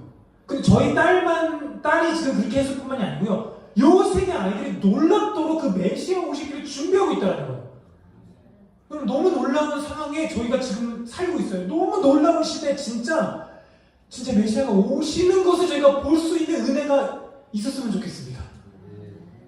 그때와 시기를 하나님 아버지께서 정하셨고 그때가 오고 있는데 지금 그 어느 때보다 시편 8편 2절 말씀이 성취되고 있다는 거예요. 어린아이와 젖먹이 입술에 권능을 세우신대요. 다른 번역을 보니까 찬양이라고 표현되어 있어요. 아까 저희가 노래했던 생명 큰아이가 만든 노래입니다. 예배 가운데 얘가 갑자기 흥얼거리면서 노래하기 시작하는 거예요. 근데 그 노래를 듣는데 뭔가 이렇게 심상치가 않은 거예요, 개인적으로. 그래서 그 노래를 녹음해놨다가 이렇게 노래를 만들었습니다. 그래서 노래하기 시작했어요. 생명의 강이 흘러 보호자로부터 그 에스겔서의 말씀처럼 그 보호자에서 흐르는 강물이 저희를 이렇게 덮이는 것뿐만 아니라 그 보호자의 생수가 마지막 때 사해가 살아나는 부분들, 그 언약들에 대한 관점을 가지고 계시록의 그 보호자 앞에서 흐르는 그 생명의 강 좌우편에 있는 생명나무의 그 잎사귀에 대한 그 계시를 가지고 말씀을 만들었어요. 그래서 노래를 만들어서 예배하기 시작했는데 실제 저희 교회에 물이 터져가지고 물이 공간 안에 확 들어오기 시작했어요. 동일한 시대에 저희 공동체는 청년들의 직장에서 스프링클러가 터져 집에 들어갔는데 집에 갑자기 수도가 터져서 벽질 다 뜯어서 공사하고 이런 일들이 계속 있었어요. 한 6개월 동안. 그 당시 하나님 앞에서 이렇게 기도했습니다. 저희 공동체한테 얘들아 하나님께 지금 보수하시는 것 같아. 하나님께서 어쨌든 터뜨리신 이유는 하나님께서 이걸 통해서 눈에 보이는 이 건물을 공사하면서 고치시는 것처럼 우리 안에 생명수가 흘러가기 위한 주님의 성전 제대로 되어 있는지 주님의 그 보호자 제대로 세워져 있는지 아니면 내가 거기에 앉아 있는지 제대로 점검하자 얘들아. 그러면서 그 시간을 6개월 동안 보내면서 그런 일들이 마구 일어났습니다. 그리고 그 시간에 조금 잦아들 때쯤이었어요. 어떤 분이 갑자기 깃발을 선물로 주셨습니다. 이걸 자기네들 거고 같아 하면서 아비세대 어떤 분이 깃발을 주셨어요. 근데 그 깃발에 이름이 이렇게 써 있습니다. 생명의 강. 저희 교회에 걸려있어요. 그래서 저희가 가는 곳마다 이거는 우리에게 주신 하나님의 전리품 어디까지? 북한까지. 그러면서 하나님께서 우리나라를 보게 하셨어요. 삼면이 바다인 게 얼마나 은혜인지. 너무나 이 생명의 강에 대한 회복만 돼도 이 삼면의 바다 가운데 둘러싼 이 한반도가 회복될 게 보이는 거예요. 그래서 마구 돌아다니기 시작했습니다. 그전에도 돌아다녔지만 그 어느 때보다 지금 더 돌아다니고 있어요. 계속 돌아다니면서 모든 도시들, 거점들을 돌아다니면서 예배하고 하나님 이곳의 물들을 정결케 하십시오. 때론 소금을 뿌리기도 했어요. 하나님 이것을 정결케 해주셔서 이곳으로부터 흐르는 강물들이 이것을 마시는 다음 세대들이 이것을 마시는 이 민족의 사람들이 회복되게 하십시오. 하나님의 그 생명나무의 잎사귀가 이곳에 있으면 우리가 믿음으로 상상합니다. 하나님 그들이 치유되게 하십시오. 그런 선포들을 하면서 계속해서 걷는 여정 가운데 하나님은 그 시기 가운데 이 북한을 지나라는 곡을 더 이슈화시키셔서 부르게 하셨어요. 외국에 있는 분들이 갑자기 이 노래를 듣더니 영어로 번역해 주셨습니다. 그리고 번역을 완벽하게 해주시면서 저희로 하여금 이 노래를 불러달라는 거예요. 왜? 9월달에 와서 DMZ 돌면서 이 노래 불러야겠다는 거예요. 그런데 어제 저녁에 갑자기 연락이 왔습니다. 그 모임에 같이 동참해주지 않겠습니까? 얘기하셨어요. 그러면서 얘기하시기를 원래 한국인들을 받지 않기로 하셨대요. 그래서 그분들 외국인들이니까 당신들의 모임으로 진행하기로 막 진행해 오다가 갑작스럽게 이 모임의 주제가 결정돼 버린 거예요. 그것이 이 노래 북한을 지나라는 주제로 결정이 돼버리면서 우리 팀 같이 너네 팀 우리와 같이 이동하면서 그때 예배해 줄 수 있겠니? 이 얘기를 하시는 거예요. 그때 오시는 분이 한국전쟁에 참전했던 16개국 나라의 대표들이 오십니다. 실제 어떤 군인들이 누가 오실지는 모르겠어요. 근데 설명을 그렇게 해주시더라고요. 그리고 4개국의 보급품을 한국전쟁 당시에 전달했던 그 나라 사람들이 같이 온다는 거예요. 아까 말씀드렸습니다. 내년이면 70년이죠. 아까 말씀드렸던 탈북자 가정과의 어떤 이야기 통해서 이분이 보시는 그 시점도 동일해요. 지금 한국은요, 제가 믿는 저의 믿음 안에서 하나님께서 허락해 주시는 은혜 안에서 이 1년이라는 시기를 너무 중요하게 보내야 된다는 마음이 있어요. 그 시작이 지금 7월부터 시작되어지고 있습니다. 하나님이 지금 한 번 눈을 흔드시는 것뿐만 아니라 흔들어서 조금 정신 차린 알분들을 마구 일으키시고 계시는 거예요. 그러면서 하나님께서 풀어주고 계십니다. 뭐냐면, 야, 네 옆집 봐. 얘들아, 네 윗동네 봐야 돼 지금. 너네 지금 너의 어떤 루소소리 하는 그 세상의 가치관으로 넣어볼 게 아니라 눈을 들어 주님을 보고 주님께서 바라보시고 주님께서 열망하고 계시는 그곳을 봐야 되를 계속 각인시키고 계세요. 이걸 어떻게 말씀드리고 있냐면요, 만나는 모든 분들이 이 얘기를 하고 계세요. 그리고 이 노래가, 이 예배가 풀어질 때마다 이들 안에 놀라운 돌파가 막 일어나기 시작합니다. 이 노래가 4군데에서 만들어졌어요. 처음은 조선족, 북한과 남한이 같이 있고 조선족이 있는 그 교회에서 예배하는데 갑자기 멜로디와 가사가 뚝 떨어졌습니다. 예배하는 중에. 그리고 인천에서 예배하는 가운데 그 노래가 주어졌어요. 여러분, 6.25 전쟁 당시에 반전시켰던 그 사건이 인천 상륙작전을 통해서 이루어졌습니다. 개인적인 믿음 안에서 인천에서 요것을 주신 이유가 분명히 있다는 믿음이 저에게 있어요.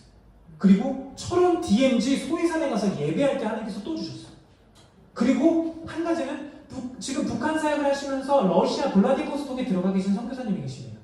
이분과 함께 예배할 수 있는, 온라인이었지만 함께 예배할 수 있는 시간 속에서 이 노래를 함께 예배하는데 이분이 이런 얘기를 하시더라고요. 목사님, 거기만 있는 거 아니에요. 그 당시에는 북한 지나 중국을 지나 실크로드를 지나 이거는 이 아랫길을 얘기를 했는데 그분이 얘기를 하시더라고요. 또 하나가 있어요. 윗길을 얘기하시더라고요. 러시아를 지나 시베리아 횡단 열차를 타고 가면서 이스라엘까지. 그러면서 하나님께서 보게 하셨던 것이 아시안 하이웨이입니다. 아시안 하이웨이에 대한 얘기가 너무 많았죠. 근데 그것이 비춰지는 순간 하나님의 그림이 막 보이는 거예요. 그것도 환상을 얘기하는 것이 아니라 신구약 중간기에 하나님의 계시가 없고 우울하고 아주 흑암기라고 느꼈을 법한 그 시기에 로마를 통해서 하나님은 길을 닦아놓으셨어요. 70인역이 그때 번역됐습니다. 하나님은 무엇인가를 준비하셨다는 거예요. 우리가 눈물 흘리면서 하나님이 어디 계시냐, 하나님의 계시가 없다, 하나님의 은혜가 어디냐라고 어떻게 보면 부르짖었을지 모르고 혼돈 가득했을지 모르는 그 시기에 하나님은 길을 연결하셨다. 믿지 않는 자들이 연결했겠죠. 그런데 그 길이 지금 이제 한반도에서 더 보이기 시작하더라고요. 그러면서 품게 하신 나라가 일본입니다. 여러분, 지금 한국에 일본 들어가기 위해 벼르고 계시는 분들이 너무 많아요. 근데 이분들이 가지고 있는 그 하트 중심이 이겁니다. 일본 아시안 하이웨이 출발점이 일본에 있어요. 이것이 중국을 거쳐서 실크로드로 지나가는 이 길입니다. 이게 아시안 하이웨이 일본 국도예요. 개인적인 믿음 안에서 이 동방의 아시아가 분명한 어떤 도화선 역할을 할 수 있는데 그 도화선의 불과 같은 역할이 북한일 거라는 생각을 해요. 북한이 열리는 그 유일하게 분단되고 끊어져 있는 북쪽의 그 길들이 열릴 때 하나님은 일본과 손잡고 함께 그 길을 가게 하실 줄 믿습니다.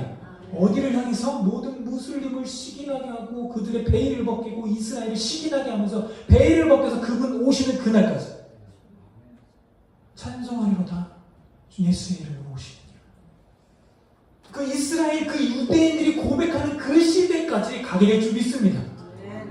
저희 공동체가 이런 걸로 걷고 있어요. 이런 걸음 속에서 이 다윗의 장막과 에클레시아, 이 교회에 대한 개념이 너무 달라지는 거예요. 너무 달라지는 거예요.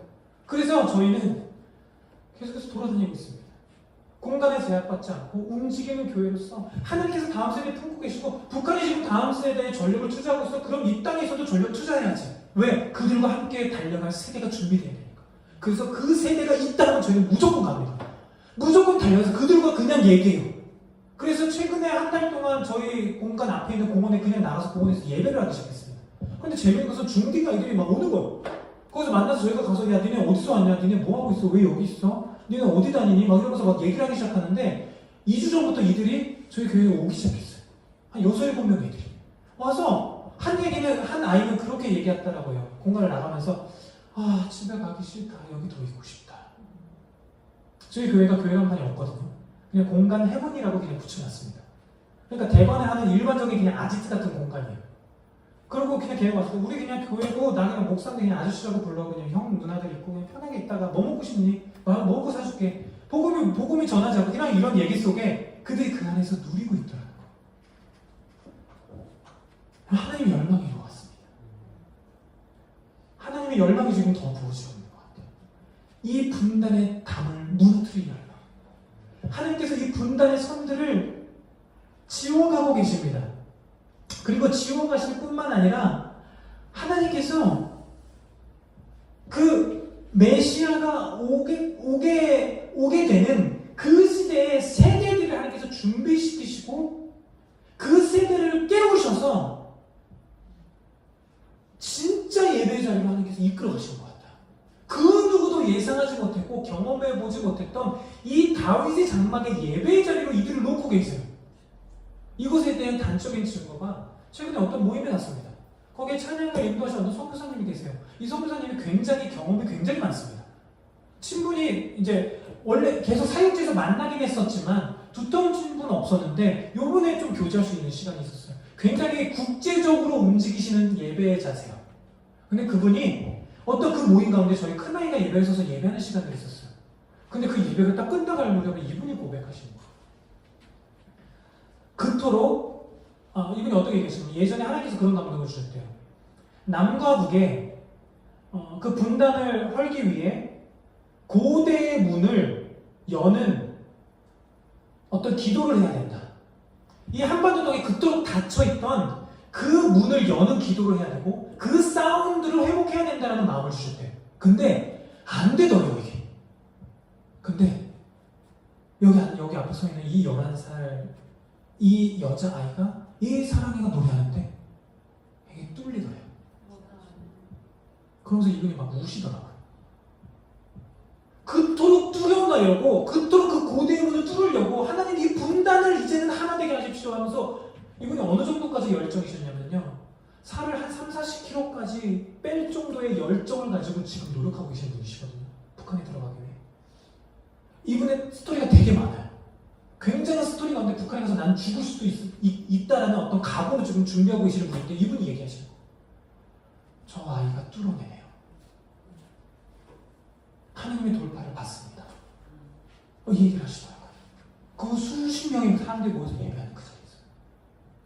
저는 이 아이에게 예배를 가르치지 않았습니다. 저희 아이에게. 근데 이 아이가 환상을 봐요. 고성에서 통일전망대 교회에서 예배를 하는데 이 아이가 환상을 봅니다. 아빠 내가 환상을 봤어. 뭔데? 저 길을 내 친구들하고 같이 걸어가고 있어.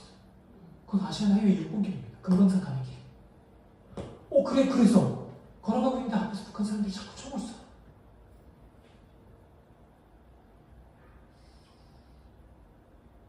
근데 그 총을 맞고 막 죽어가더래요. 자기 친구들이. 너무 재밌는 게 이 아이의 표현이 너무 근데 재밌었어. 총 맞아 죽는데 재밌다는 거야. 뭐가? 그래서 죽었는데 육은 땅속으로 쏙 빨려 들어가고 영은 하늘에서 누가 이렇게 내려와서 데리고 하늘로 올라갔어. 이 얘기를 하는 거예요. 그래서 제가 너무 놀라서 사랑아 영이 대체 어떻게 생겼디? 이렇게 물어봤었어요. 그래서 이 아이가 하는 말이 너무 충격에 빠지겠어요. 아빠 그냥 알겠던데 영이었어. 요에서의 말씀이 있죠. 말씀에 내가 내 영을 부어준다.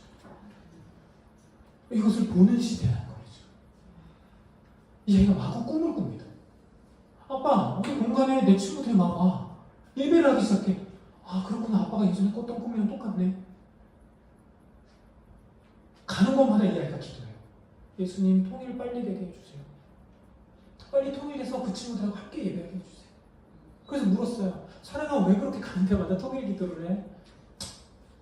그 친구들은 우리처럼 이렇게 자유롭게 예배 못할 거 아니야. 빨리 자유롭게 예배했으면 좋겠어. 제가 이 아이에게 북한에 대한 어떤 정보도 준 적이 없어요. 그래서 이게 믿어지는 거예요. 하나님이 정말 예수님을 오시게 하는 세대라고 표현할 정도의 그것이 저에게는 감동이 있는 거예요.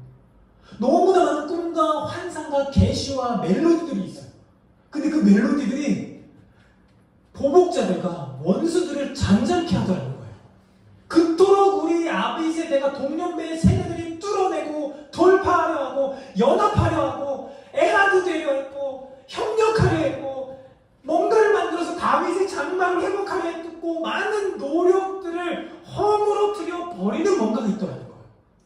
이 아이의 한 번의 멜로디 속에 이 아이의 한 번의 외침 속에 그것이 돌파되더라는 거예요.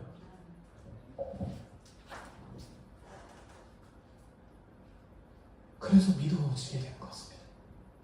다윗의 장막을 지금 회복시키기 원하시는 그 시대가 가까워졌다는 것과 그 하나님의 열망이 마구 부어지고 있다는 것이죠.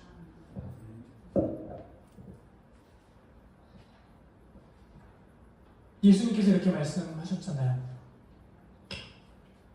아버지의 집, 만민을 위한 기도의 집, 만민이 기도하는 집.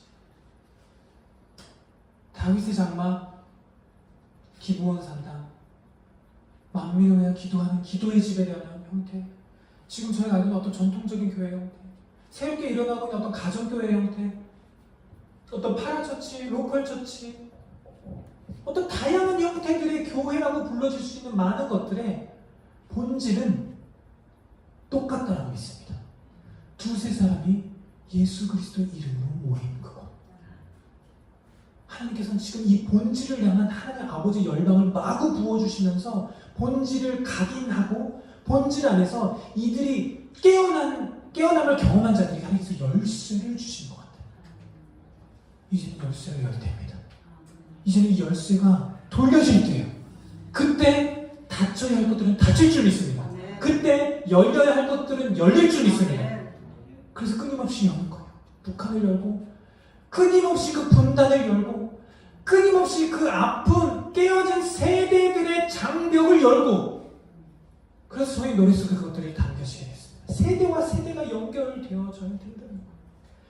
저는 개인적으로 그런 마음이 있습니다. 많은 교회에서 다음 세대가 청년들이라고 들어왔어요. 그렇게 컸어요.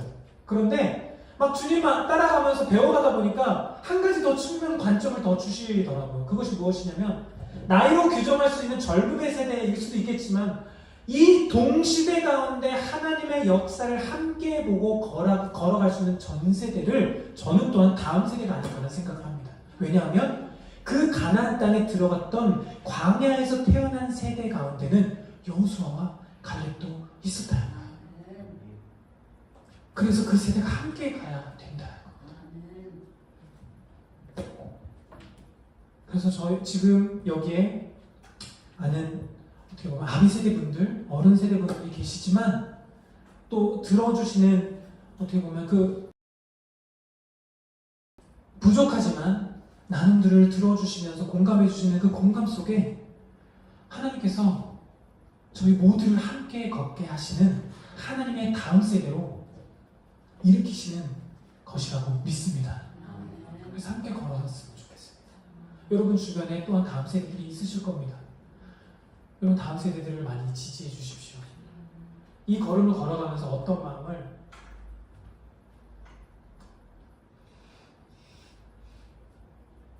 계속 받느냐면요. 저는 엄마의 부재 속에서 컸거든요. 그리고 아버지도 그렇게 막 소통을 많이 하시는 분이 아니셨어요. 근데 저희 아내는 아버지가 부재셨습니다. 그러니까 저는 아빠가 될 수 있는 아빠의 모델링을 못 보고 컸어요. 아내도 마찬가지죠. 홀어머니가 외동딸을 키워가는 어떤 가정의 모습이었습니다. 그런데 한 가정의 가장으로 두 딸을 키우는 한 가정을 만들어주시는 걸음을 걷고 있고 공동체 교회를 맡겨주셔서 영적인 아비라는 소리를 들으면서 걷고 있어요. 근데 저 굉장히 부담스럽거든요.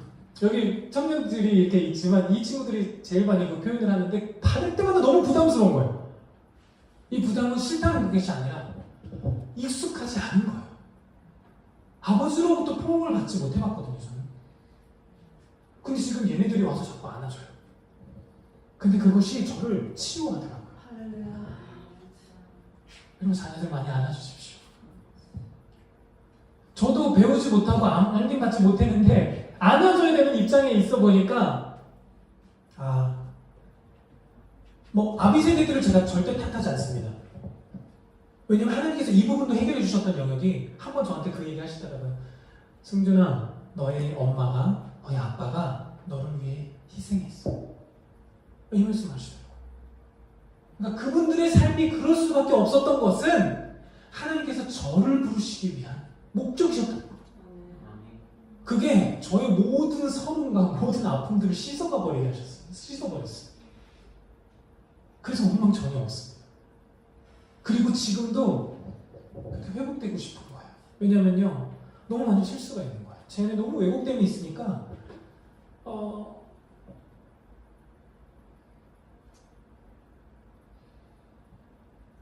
참 많은 아픔을 자꾸 또 주더라고요. 일어나기가 너무 힘든 거예요. 왜냐면 나도 못 받아가서 이거 어떻게 해야 되는지 모르겠는 거예요. 어떻게 사랑해줘야 되고 어떻게 품어줘야 되고 이게 품어줘야 될 부분인지 아니면은 어떻게 보면 가이드해줘야 될 부분인지 훈계해줘야 될 부분인지를 잘 모르겠는 거예요.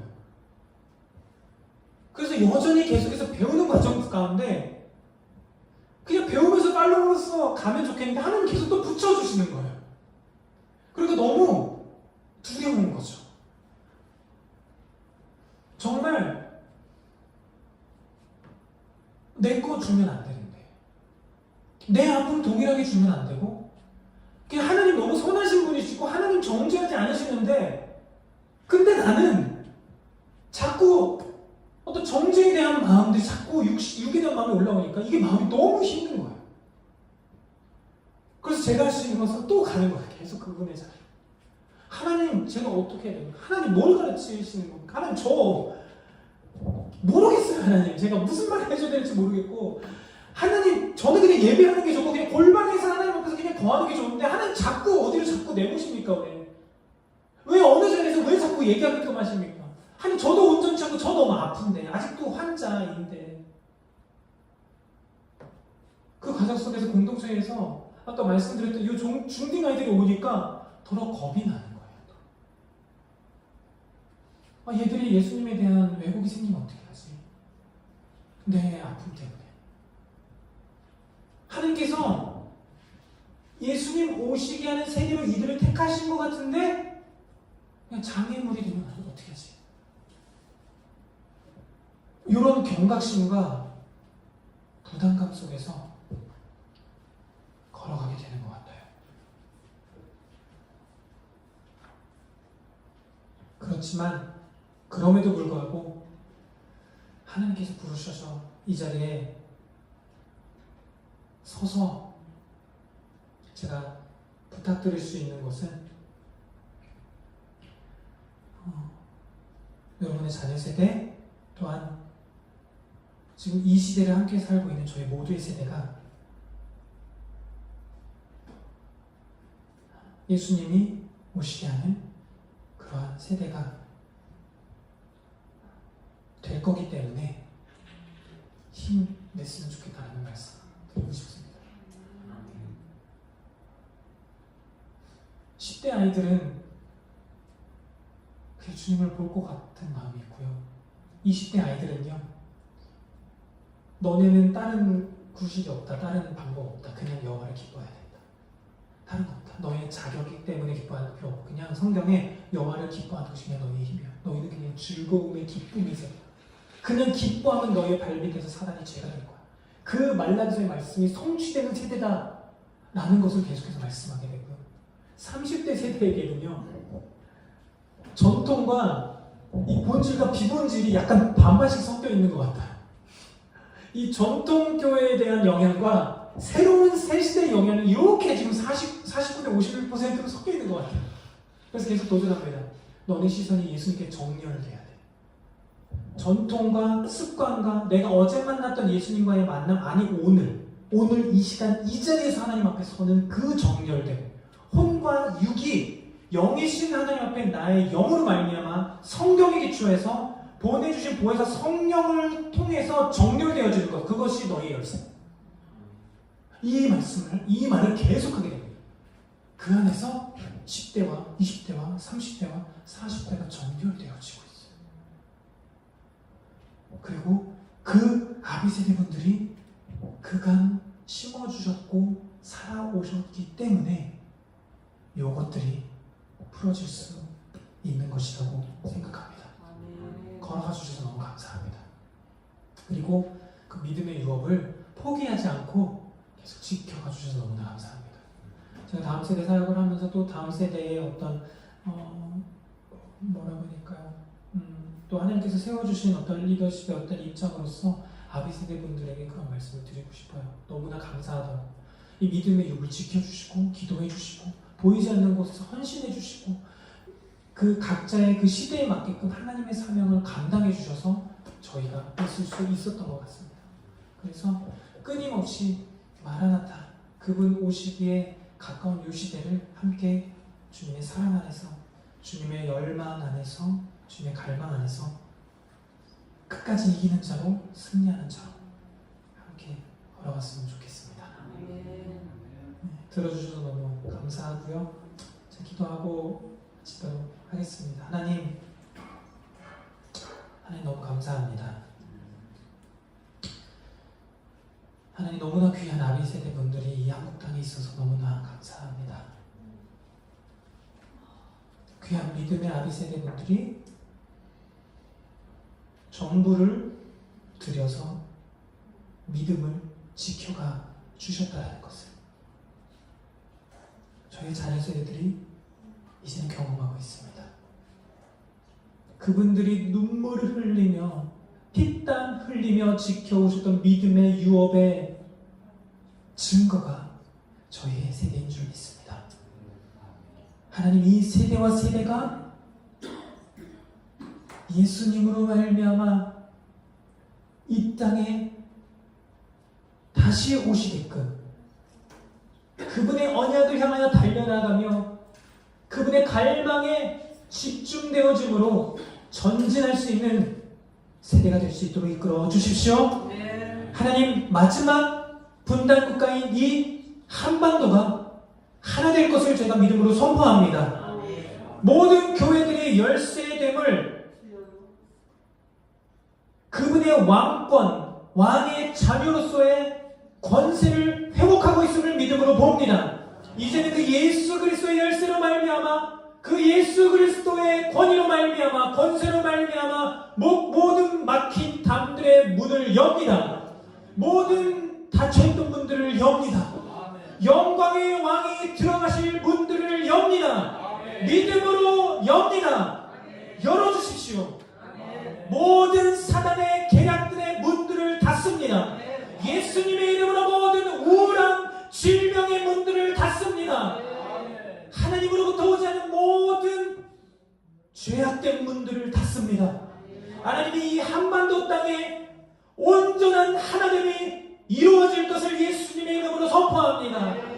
전 세계가 한 번도 듣지 못했던 통일한국을 보게 될 것을 믿음으로 선포합니다. 그래서 하나님 일본과 연합함으로 말미암아 북한을 지나 중국을 지나 실크로드를 지나 이스라엘까지 북한을 지나 러시아를 지나 시베리아를 지나 이스라엘까지 전진하는 나라가 될 것을 예수님의 이름으로 선포합니다. 속히 그날이 오게 하십시오. 속히 그날이 이루어질 줄 믿습니다. 뜻이 하늘에서 이루어진 것과 같이 이 한반도에서 이루어질지어다. 한반도 땅에 다윗의 장막의 본질이 회복될지어다. 하나님의 열망이 더 풀어질지어다. 교회를 향한 하나님의 열망이 더 풀어질지어다. 그로 말미암아 하나님께 정렬되게 하십시오. 그래서 모든 이 통일한 반도 그리고 이스라엘을 통한 열방이 다윗의 이름처럼 사랑받는 자, 그분의 총애를 받는 자. 하나님 저희를 그렇게 창조하셨죠. 사랑받는 자로 창조하신 그 창조의 부르심이 회복되게 하십시오. 그렇게 그 에덴이 회복될 줄 믿습니다. 그날을 저희가 고대합니다. 그날을 기대합니다. 허락하신 자리에서 하루를 주님과 함께 살아갈 수 있는 저희들 되게 하여 주시옵소서. 이 모든 시간을 함께하여 주시고 말씀해 주신 주님 감사드립니다. 모든 영광을 주님께만 올려드립니다. 한 분 한 분 하나님 마음껏 축복해 주시고 마음껏 하나님 기름 부어 주시고 또 마음껏 사용하여 주십시오. 이 시대의 광야에 외치는 자의 소리로 사용하여 주십시오. 주의 길을 예비하는 자들로 사용하여 주십시오. 그렇게 하실 주님을 찬양하며 감사드리며 예수 그리스도의 그 사랑의 이름으로 기도드렸습니다. 아멘. 주님께 감사의 박수 올려드리겠습니다. 네, 아멘. 할렐루야. 감사합니다.